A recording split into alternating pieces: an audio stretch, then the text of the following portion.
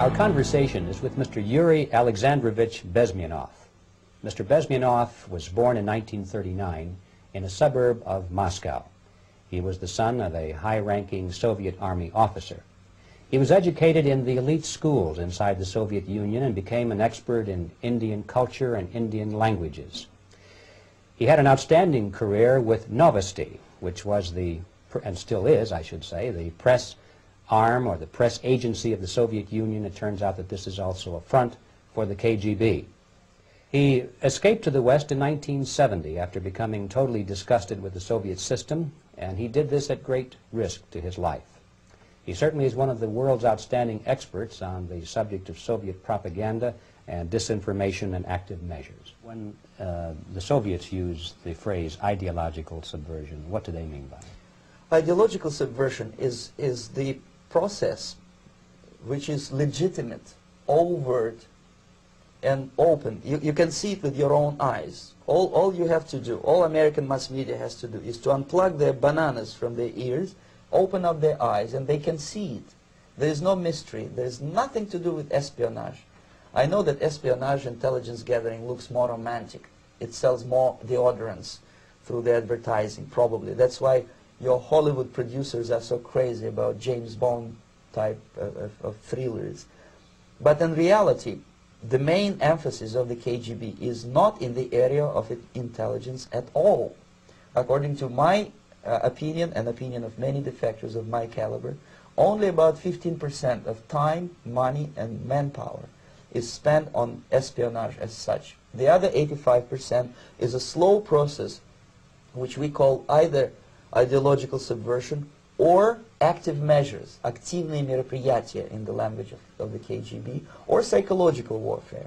What it basically means is to change the perception of reality of every American to such an extent that despite of the abundance of information, no one is able to come to sensible conclusions in the interests of defending themselves, their families, their community, and their country.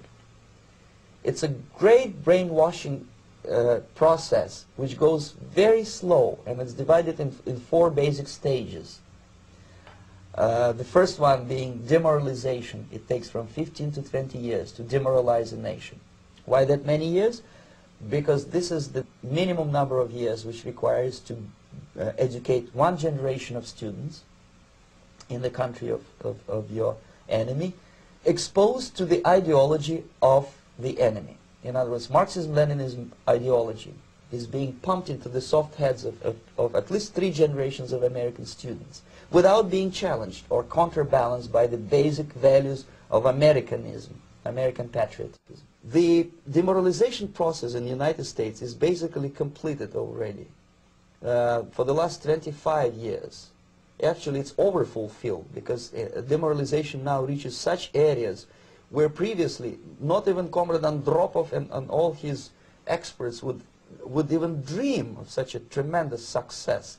Most of it is done by Americans to Americans, thanks to lack of moral standards. As I mentioned before, exposure to true information does not matter anymore. A person who was demoralized is unable to assess true information. The facts tell nothing to him. Even if I shower him with information, with authentic proof, with documents, with pictures, even if I take him by force to the Soviet Union and show him concentration camp, he will refuse to believe it until he is going to receive a kick in his fat bottom. When a military boot crashes then he will understand, but not before that. That's the tragic of the situation of demoralization. So the next stage is destabilization. This time, subverter does not care about your ideas and the patterns of your consumption. Whether you eat junk food and get fat and flabby, it doesn't matter anymore. This time, and it takes only from 2 to 5 years to destabilize a nation, what matters is essentials: economy, foreign relations, defense systems. And you can see it quite clearly that in some areas, in such sensitive areas as defense and economy, the influence of Marxist-Leninist ideas in the United States is absolutely fantastic. I could never believe it 14 years ago when I landed in this part of the world that the process will go that fast. The next stage, of course, is crisis. It may take only up to 6 weeks to bring a country to the verge of crisis. You can see it in Central America now. And after crisis, with a violent change of power, structure, and economy, you have so-called the period of normalization. It may last indefinitely.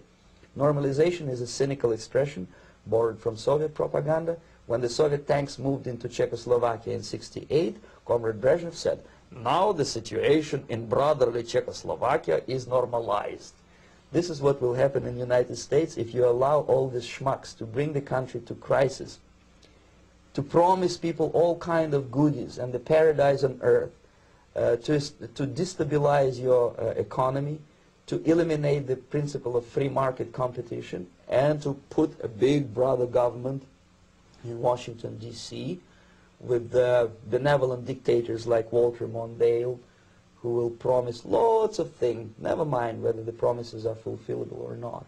Your leftists in the United States, all these professors and all these beautiful civil rights defenders, they are instrumental in the process of the subversion only to destabilize the nation. When their job is completed, they are not needed anymore. They know too much. Some of them, when they get disillusioned, when they see that Marxist-Leninists come to power, obviously they get offended.